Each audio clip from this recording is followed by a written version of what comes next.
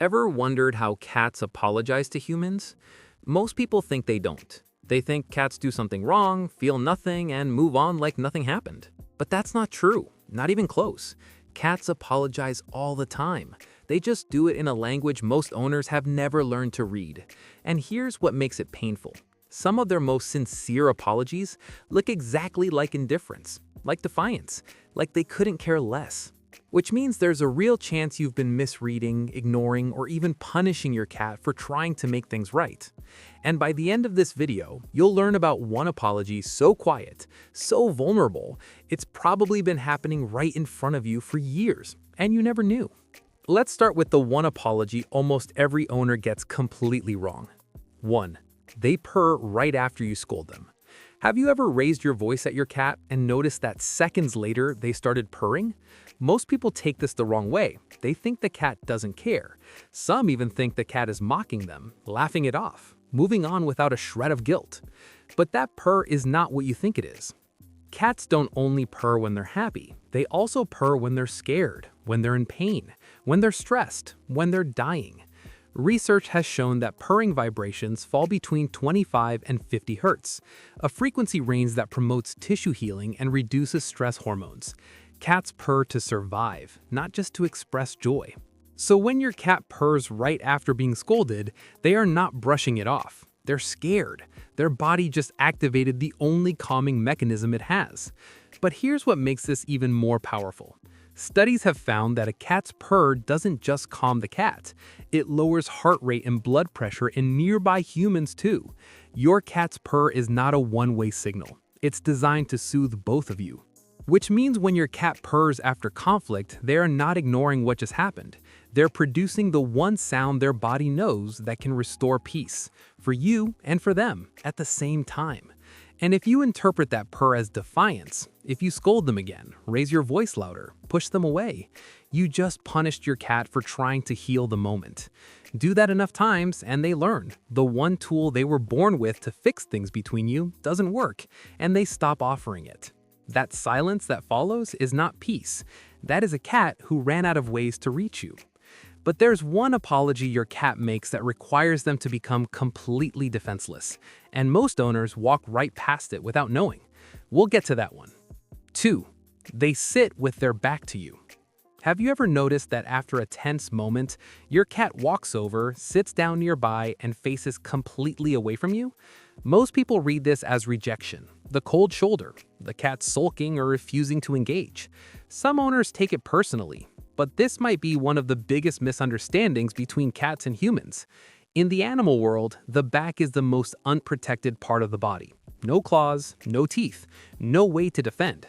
In the wild, no cat would ever expose its back to a threat, not unless it wanted to die. So when your cat sits with their back to you after conflict, they're not shutting you out. They're doing the opposite.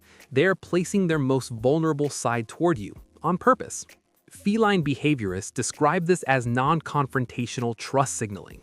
Direct eye contact between cats can be read as aggression, so your cat removes every possible trigger. They break eye contact, they turn away, they lower their defenses. They are not ignoring the tension, they're actively de-escalating it, in the only way they know how.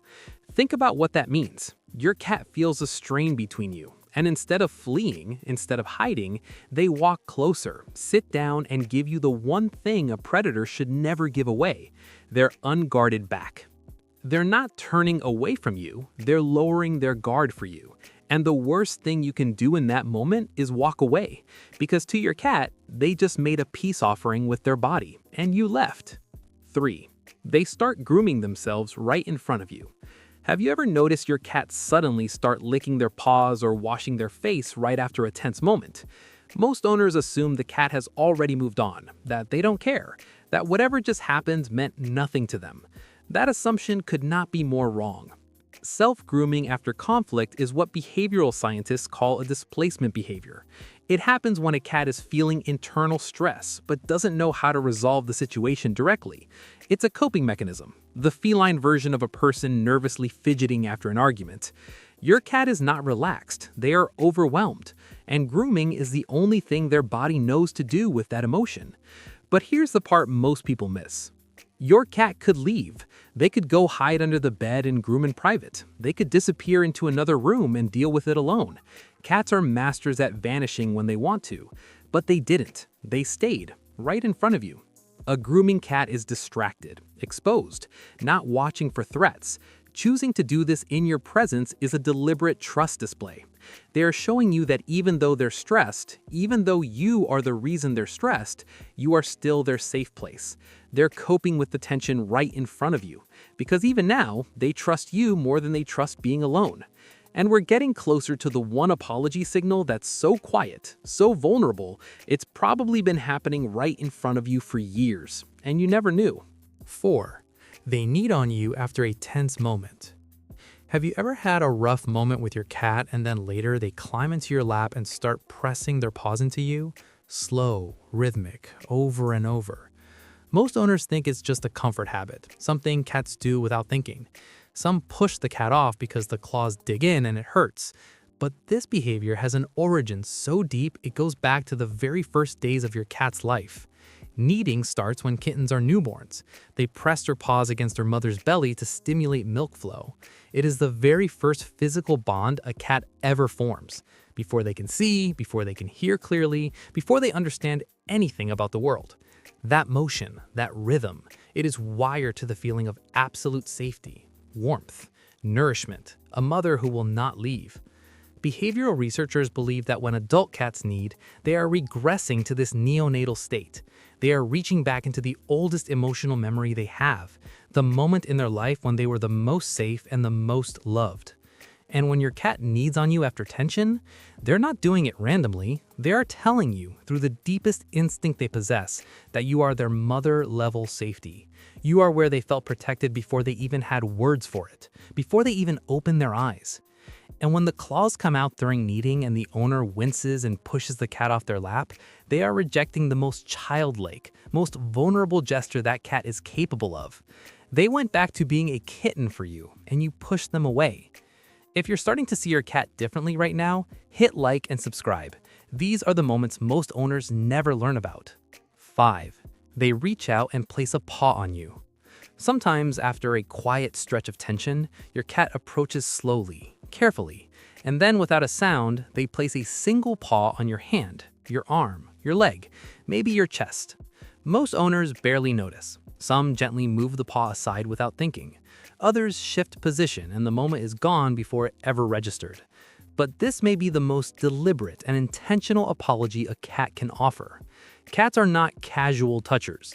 Dogs seek physical contact constantly. Cats don't. Every touch from a cat is chosen, selective, meaningful. A single paw placed on you is not an accident. It's a test, a tentative reach across the emotional distance to see if the bond is still safe. Researchers studying post-conflict behavior in bonded cats have observed that gentle paw contact is often the first step in rebuilding closeness. Before full-body contact, before grooming, before sleeping near each other again, it starts with one small, careful touch. Your cat is reaching out, literally, one paw, slowly, as if asking the only question that matters to them in that moment. Are we okay? And if you don't notice, if you brush the paw away, if you shift your hand without realizing what just happened, your cat gets an answer. Not yet, or maybe not ever. That single paw was not casual, it was not random, it was everything they had. One touch, one question, one chance to know if you still love them. 6. They fall asleep next to you. Remember at the very beginning of this video, I told you there was one apology so quiet, so vulnerable, that most owners never even realize it's happening? This is the one. After a tense day, after distance, after silence and strain, and all the things that sit heavy between two beings who share a home, your cat walks over, curls up beside you, maybe against your leg, maybe on your chest, maybe just close enough that you can feel their warmth. And they fall asleep. Most owners think nothing of it. The cat is tired, it's nighttime, it's routine, it's just what they do. But this might be the most extraordinary apology their cat will ever make. Sleep is the most vulnerable state any living creature can enter. Consciousness is gone, reflexes are dulled, escape is impossible. In the wild, where a cat sleeps is the most important decision they make every day, because every place a cat chooses to sleep is a place their body has decided they will not be killed. And your cat just chose you. After tension, after conflict, after feeling the bond between you stretch and strain, they walked over, lay down beside you, and let go of consciousness entirely. Their body is saying what they could never say with sound. Even after everything, even after today, I still feel safest right here. I still choose you. And if you think about it, we do the exact same thing. After a fight with someone we love, we still climb into the same bed. We don't say anything, we don't fix it with words, we just lie there, and by morning, somehow the weight has lifted.